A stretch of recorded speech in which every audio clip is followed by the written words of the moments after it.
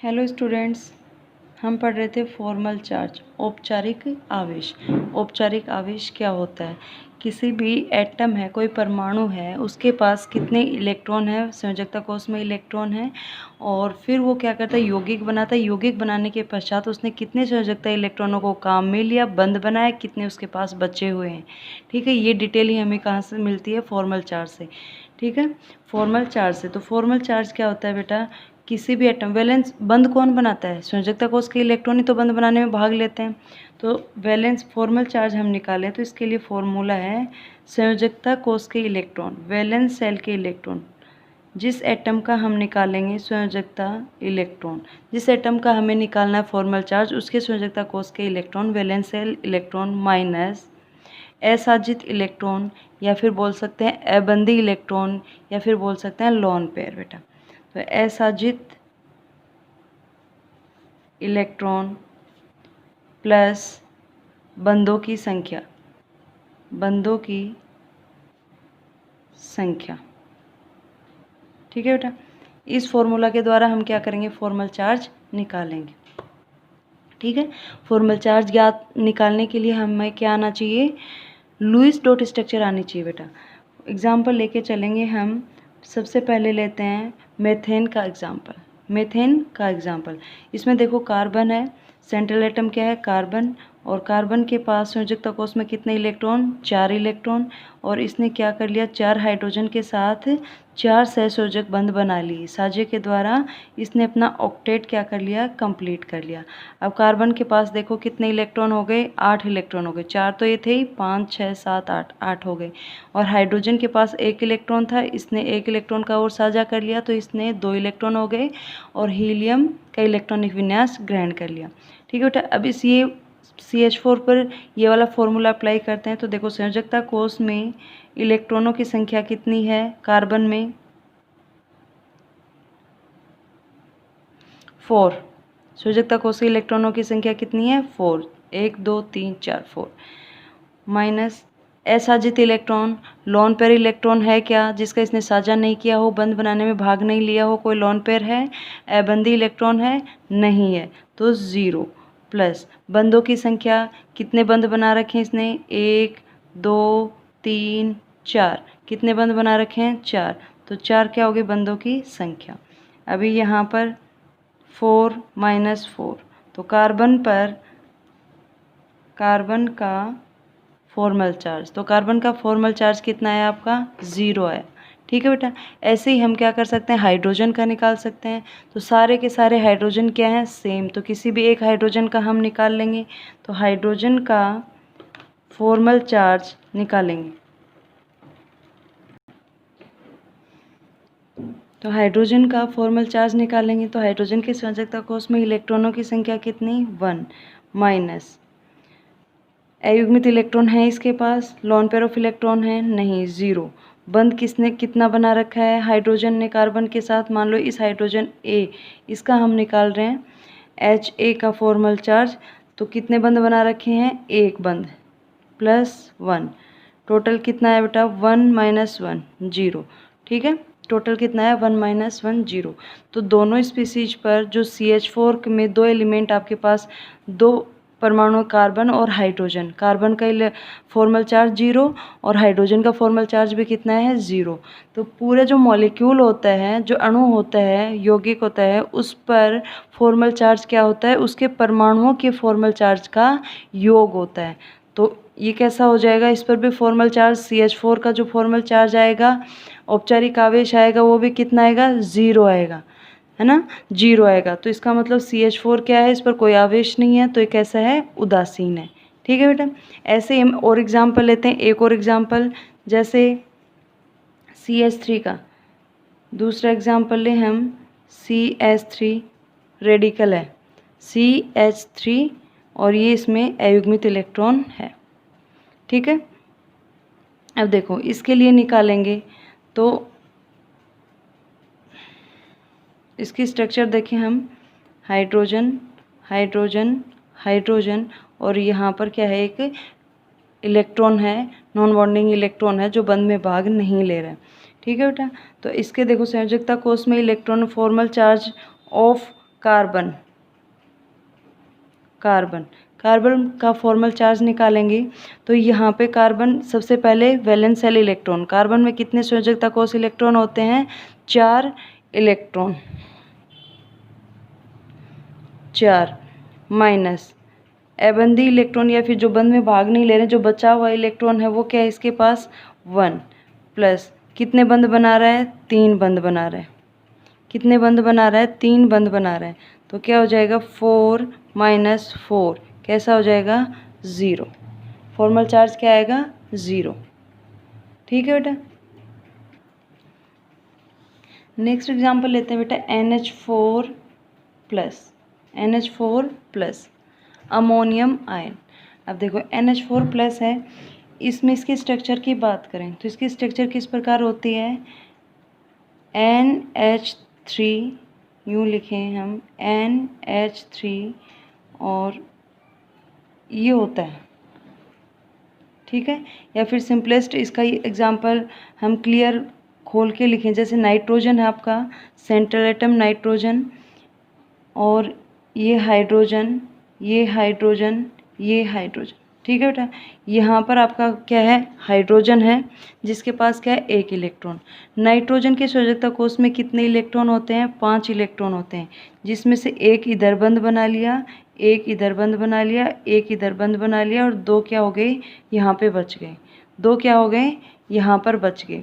और यहाँ पर आपका क्या है? H प्लस है, H प्लस प्रोटॉन आ रहा है, H प्लस। अभी ये क्या है बेचारा? कंगाल है, इसके पास एक भी इलेक्ट्रॉन नहीं है, तो ये क्या करेगा? इलेक्ट्रॉन लेगा। इलेक्ट्रॉन लेके क्या करना चाहेगा? अपना हीलियम का विन्यास ग्रहण करना चाहेगा। तो इसके पास, नाइट्रोजन के पास 2 इलेक्ट्रॉन पड़े हुए हैं, ये नाइट्रोजन क्या करेगा? अपने इलेक्ट्रॉन इधर दे देगा, अपने ये दोनों इलेक्ट्रॉन किसको दे देगा? H प्लस को दे देगा। इसके पास कितने इलेक्ट्रॉन हो जाएंगे? 2 इलेक्ट्रॉन हो जाएंगे। इस टाइम ये बंध क्या है? सहसंयोजक बंध नहीं होकर कौन सा बंध होता है बेटा? उप सहसंयोजक बंध होता है, उप सहसंयोजक बंध होता है, कोऑर्डिनेट बॉन्ड बोला जाता है, उप सहसंयोजक बंध होता है, ठीक है। नाइट्रोजन के पास अपने 2 एक्स्ट्रा इलेक्ट्रॉन पड़े थे, इसने हाइड्रोजन को दे दिए, दान कर दिए, तो बॉन्ड किस प्रकार का हो गया? इस प्रकार का। इलेक्ट्रॉन है वो इसने लिया, जो ये बंध बन रहा है इसमें इलेक्ट्रॉन नाइट्रोजन के पास नहीं रहेंगे, ये इलेक्ट्रॉन किसके पास हैं? हाइड्रोजन के पास। अभी यहाँ पे देखो सहसंयोजक, इस हाइड्रोजन के पास सहसंयोजक बंध बन रहा है, 1 इलेक्ट्रॉन अपना है बंध में और एक दूसरा इलेक्ट्रॉन किसका है? हाइड्रोजन का। इधर इस हाइड्रोजन के साथ सहसंयोजक बंध बना रहे, तो 1 इलेक्ट्रॉन अपना है और दूसरा किसका है? हाइड्रोजन का है। लेकिन इसमें दोनों इलेक्ट्रॉन ये H प्लस आयन को दे रहा है। किस प्रकार का बंध है? उपसहसंयोजक बंध है। तो इसको देखो हम अपन मॉडर्न हिसाब से लिखें, मॉडर्न केमिस्ट्री में, तो इसको हम यूँ लिख सकते हैं, नाइट्रोजन, ये आपका हाइड्रोजन, हाइड्रोजन NH3 में नाइट्रोजन ने अपना 1 इलेक्ट्रॉन H प्लस को दे दिया। तो देखो इलेक्ट्रॉन देगा वो उस पर क्या आएगा? पॉजिटिव चार्ज, और जो इलेक्ट्रॉन लेगा उस पर कैसा आएगा? Negative charge. नेगेटिव पॉजिटिव क्या हो गए? न्यूट्रल। नेगेटिव पॉजिटिव क्या हो गए? न्यूट्रल। और नाइट्रोजन पर कैसा आ गया? Positive charge. तो ये हो गया आपका इस प्रकार, और यहाँ पर नाइट्रोजन पर क्या आ गया? Positive charge. और इस पॉजिटिव चार्ज को हम यूँ लिख सकते हैं, ब्रैकेट पे यूँ लिख सकते हैं, ठीक है। तो आपकी स्ट्रक्चर क्या हो गई? कुछ इस तरीके की हो गई।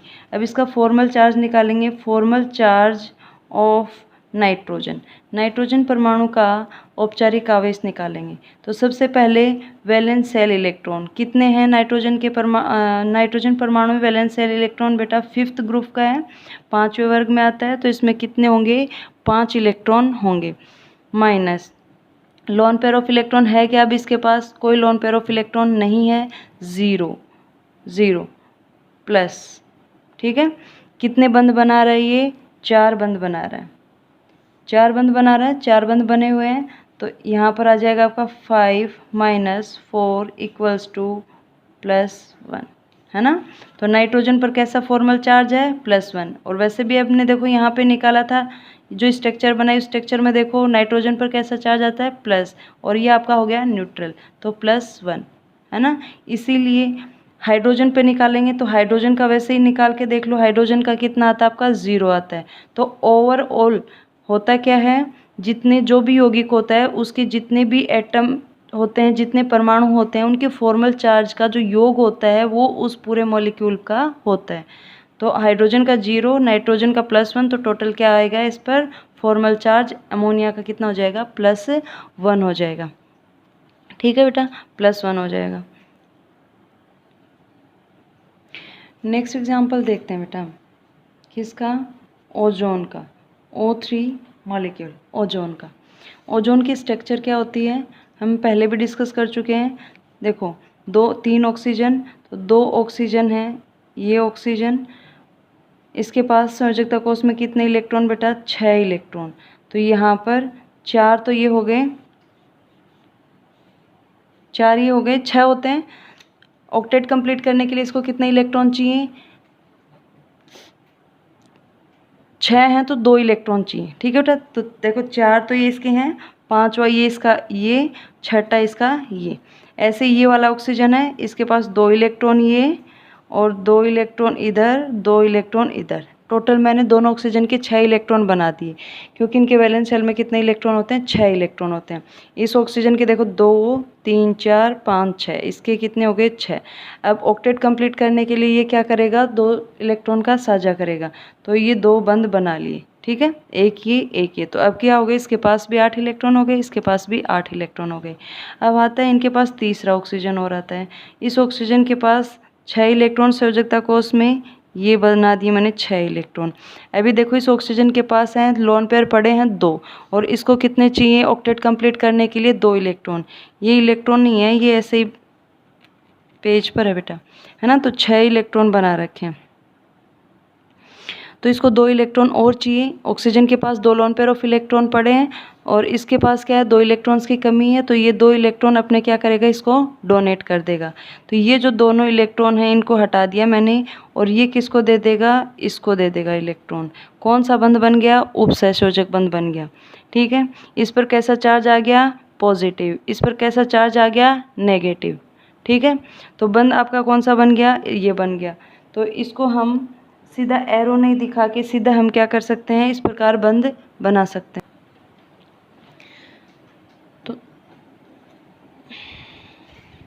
तो देखो बेटा, अब इसमें क्या है कि तीनों ऑक्सीजन है वो डिफरेंट है, ए बी और सी। ठीक है, ए बी सी, तो हम निकालेंगे ऑक्सीजन ए का फॉर्मल चार्ज। कैसे निकालेंगे, वैलेंस शेल में इलेक्ट्रॉन, ऑक्सीजन के संयोजकता कोष में कितने इलेक्ट्रॉन होते हैं 6 माइनस। अब हम देखेंगे इसके पास लोन पेयर ऑफ इलेक्ट्रॉन कितने हैं, कितने बचे हुए हैं 1 2 3 4, कितने बचे हुए हैं 4, प्लस बंधों की संख्या, कितने बंध बना रखे हैं इस ऑक्सीजन ने 2, 1 और 2, 2 बंध बना रखे हैं। टोटल क्या हो गया बेटा 6 माइनस 6 कितना आ गया 0, तो इसका फॉर्मल चार्ज क्या आ गया आपका 0। अभी हम बनाएंगे ऑक्सीजन बी का फॉर्मल चार्ज निकालेंगे, ऑक्सीजन बी का फॉर्मल चार्ज निकालेंगे। संयोजकता कोष में कितने electron 6 minus loan pair of electron कितने हैं 1 और 2, कितने हैं 2, प्लस बंध कितने बना रखे हैं इसने 1, बंध कितने बना रखे हैं इसने,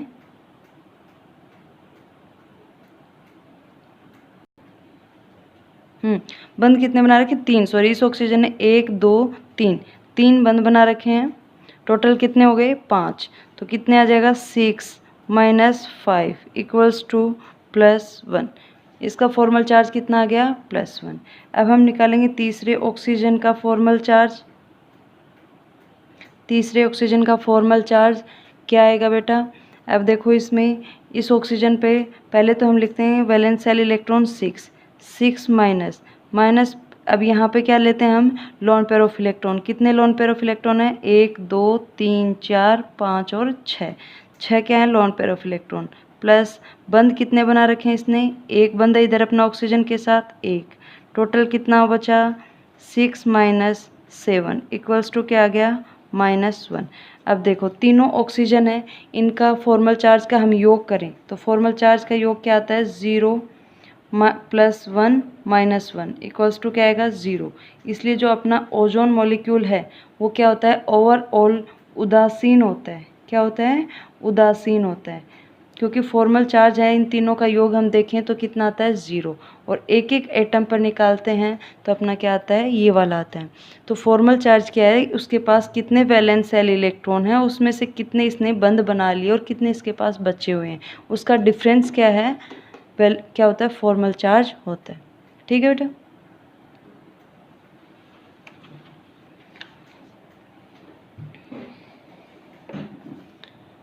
अब मैं आपको कुछ एग्जाम्पल दे रही हूँ जो आपको खुद को करना है। ठीक है बेटा। एक आपको निकालना है SO3। ठीक है, SO3 सल्फर ट्राइऑक्साइड में आप प्रत्येक परमाणु कौन सा, सल्फर है और 3 ऑक्सीजन है, तीनों परमाणु का क्या करोगे, फॉर्मल चार्ज निकालोगे। दूसरा आपका है HNO3। HNO3 में नाइट्रोजन, ऑक्सीजन और हाइड्रोजन तीनों का क्या करोगे, फॉर्मल चार्ज निकालोगे।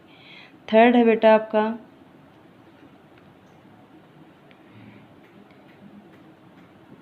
NH3BF3। इसमें आप नाइट्रोजन तथा बोरॉन का क्या निकालोगे, फॉर्मल चार्ज।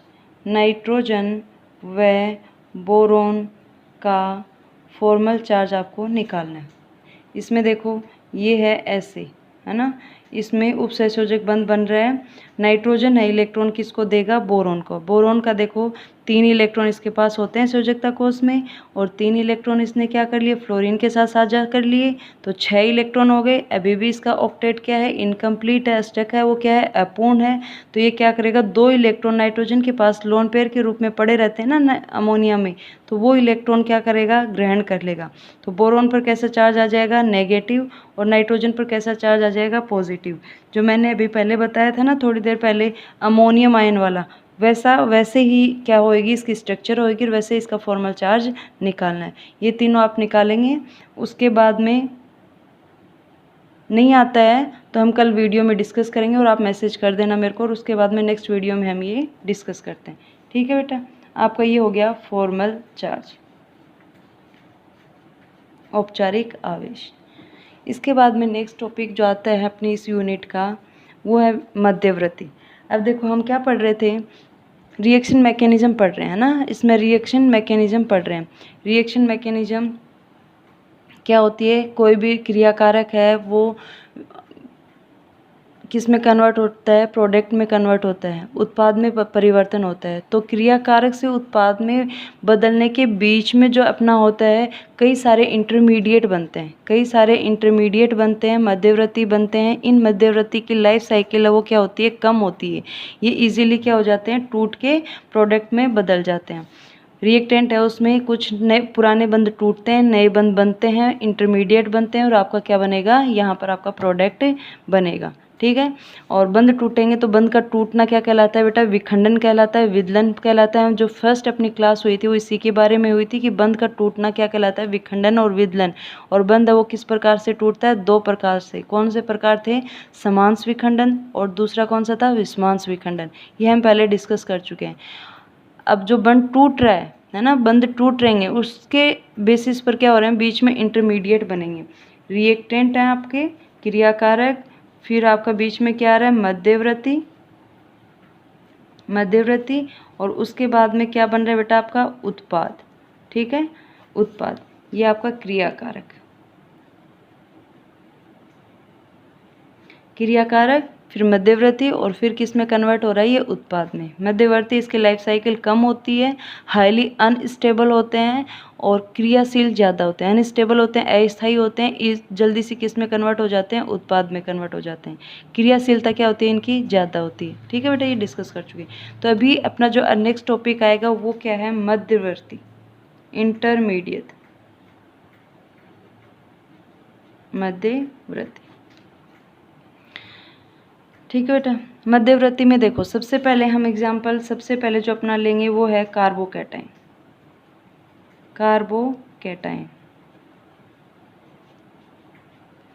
कार्बोकैटाइन कैसे बनते हैं, कौन से विखंडन के द्वारा बनेंगे कार्बोकैटाइन,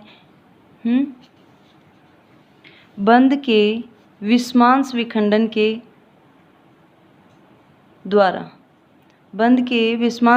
के द्वारा मध्यवर्ती कार्बोकैटाइन बनते हैं, बंध के विषमांश विखंडन के। फॉर एग्जांपल देखो, जैसे हम लेते हैं अपने पास ये है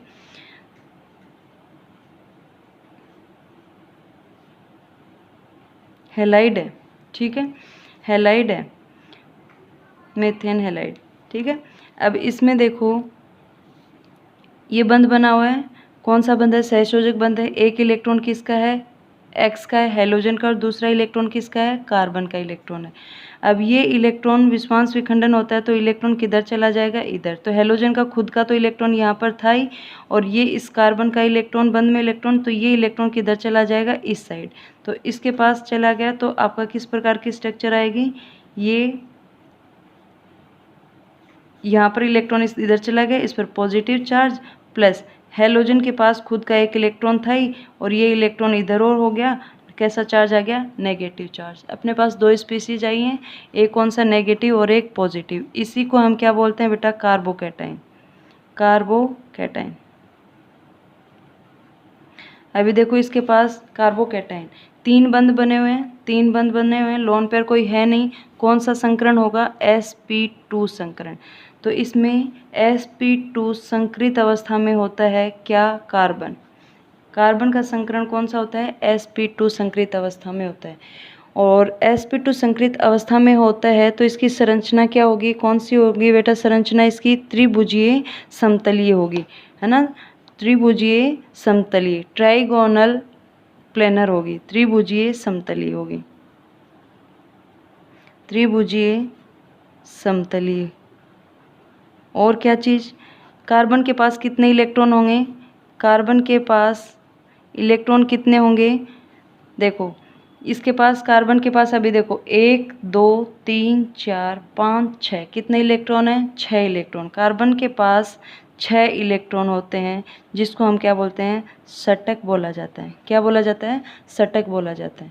तो कार्बोकैटाइन विस्मांस विखंडन के द्वारा बनने वाली स्पीसीज होती हैं जिसमें कार्बन है, कार्बोकैटाइन में जो कार्बन है वो sp2 संकरित अवस्था में होता है। इसकी संरचना त्रिभुजीय समतलीय होती है, और कार्बन किस अवस्था में होता है, षटक के रूप में होता है। 6 इलेक्ट्रॉन इसके पास पाए जाते हैं, ठीक है बेटा, 6 इलेक्ट्रॉन पाए जाते हैं।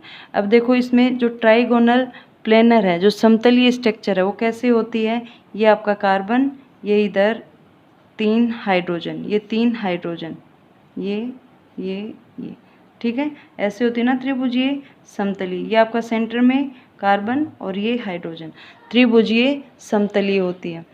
3 बंध बना रखे हैं इसने तीनों कोनों पर, और जो आपका वैकेंट ऑर्बिटल होगा जिसमें इलेक्ट्रॉन नहीं होंगे, रिक्त कक्षक होगा, वो इसके क्या होगा, एकदम परपेंडिकुलर होगा, लंबवत होगा, है ना, परपेंडिकुलर होगा, लंबवत होगा। कार्बन का है कौन से कोष में इलेक्ट्रॉन, 2p में होते हैं ना, 2p में, तो 2pz कक्षक, pz कक्षक क्या होता है, इसमें रिक्त अवस्था में पाया जाता है, ठीक है। तो ये आपका कार्बोकैटाइन की स्ट्रक्चर, कार्बोकैटाइन की स्ट्रक्चर जिसमें कार्बन के पास 3 हाइड्रोजन बंध बना रखा है त्रिभुजीय समतलीय में, और जो एक वैकेंट ऑर्बिटल होता है, रिक्त कक्षक होता है जिसमें इलेक्ट्रॉन थे, बंध बना रखे थे, अभी वो कैसा है, रिक्त है। तो वो रिक्त कक्षक इसके लंबवत होता है, कार्बन के लंबवत होता है, रिक्त होता है। तो ये क्या करेगा, इलेक्ट्रॉन ग्रहण करने की क्षमता रखता है। तो जैसे इसके पास दूसरी स्पीसीज मिल गई, OH मिल गया, है ना, OH ऑक्सीजन मिल गया, या दूसरा हैलोजन मिल गया मान लो, तो वो क्या करेगा, इससे इलेक्ट्रॉन ग्रहण कर लेगा। ये वैकेंट ऑर्बिटल है, ये क्या कर लेगा, इससे इलेक्ट्रॉन ग्रहण कर लेगा और क्या कर लेगा, बंध बना लेगा, ठीक है बेटा, बंध बना लेगा। तो ये कार्बोकैटाइन की संरचना, ये कार्बोकैटाइन की संरचना। अब देखो आगे हम देखें, कार्बोकैटाइन है वो कितने टाइप के होते हैं, 3 टाइप के होते हैं, 3 प्रकार के होते हैं, प्राथमिक, द्वितीयक, तृतीयक कार्बोकैटाइन, है ना, प्राइमरी, प्राथमिक, जिसको हम क्या बोलते हैं, 1 डिग्री कार्बोकैटाइन बोलते हैं, सेकेंडरी, जिसको हम 2 डिग्री कार्बोकैटाइन बोलते हैं, और तीसरा क्या होता है, टर्शरी कार्बोकैटाइन 3 डिग्री कार्बोकैटाइन बोला जाता है। प्राइमरी कार्बोकैटाइन क्या होता है, जिसमें आपका एक ही कार्बन हो, जैसे CH3 CH2 पॉजिटिव, एक ही कार्बन से क्या है, जुड़ा हुआ है ना। सेकेंडरी में क्या होगा, जो कार्बोकैटाइन है वो आपका 2 कार्बन से जुड़ा हुआ हो, ठीक है, 2 कार्बन से जुड़ा हुआ हो। प्राइमरी कार्बोकैटाइन जो एक ही कार्बन के साथ बंधित हो। दूसरा क्या है, 2 कार्बन सेकेंडरी है, उसमें कार्बोकैटाइन 2 इधर आपके कार्बन से जुड़ा हुआ है। और टर्शरी कौन सा होता है, जिसमें आपके कार्बन है वो इधर 3 कार्बन से बंध बना रहा है। ये क्या हो गया आपका टर्शरी कार्बोकैटाइन हो गया बेटा, ठीक है। और इसमें एक आती है जो कार्बोकैटाइन है या कार्बेनाइन भी बोलते हैं, आयन की कक्षीय संरचना क्या होती है। तो कक्षीय संरचना जो हम पहले डिस्कस कर चुके हैं वो ही होती है, एग्जाम में पूछा जाता है कई बार। कार्बोकैटाइन या कार्बेनियन आयन की कक्षीय संरचना या ऑर्बिटल व्यू है वो आप बताइए। तो इसमें आपका सेंटर में क्या होता है, कार्बन, और ये कार्बन क्या करेगा, 3 जो हाइड्रोजन परमाणु है उनके साथ sp2 संकृत अवस्था में होता है ना। तो ये कार्बन, ये हाइड्रोजन, ये इधर हाइड्रोजन, ये हाइड्रोजन, कौन सा संकरण, sp2 संकृत अवस्था में, है ना। कार्बन sp2 संकृत अवस्था में होता है। और एक कक्षक जो रिक्त होता है वो क्या होता है, इसके लंबवत होता है। ये आपका p कक्षक, रिक्त कक्षक जो क्या होता है, इसके लंबवत होता है। तो कार्बोकैटाइन में 3 कार्बन परमाणु है, वो 3 अन्य हाइड्रोजन परमाणु से, अभी इसमें तो हम CH3 का एग्जाम्पल जो ले रहे हैं इसमें हाइड्रोजन है, तो दूसरा भी कोई हो सकता है। तो 3 अन्य परमाणुओं से sp2 संकृत अवस्था में क्या होते हैं, एक ही प्लेन में होते हैं, एक ही तल में होते हैं। अब देखो तीनों एक ही प्लेन में, पेपर प्लेन में, तीनों क्या हैं, एक ही प्लेन में एक ही तल में स्थित होते हैं, सिग्मा बंध बनाए हुए होते हैं। और एक असंकृत कक्षक होता है जो संकरण में भाग नहीं लेता, असंकृत रिक्त कक्षक जिस pz कक्षक होता है वो क्या होता है, इसके लंबवत होता है, ठीक है। आज इतना ही। इसके बाद में नेक्स्ट हम पढ़ेंगे कार्बोकैटाइन की स्टेबिलिटी ऑफ कार्बोकैटाइन।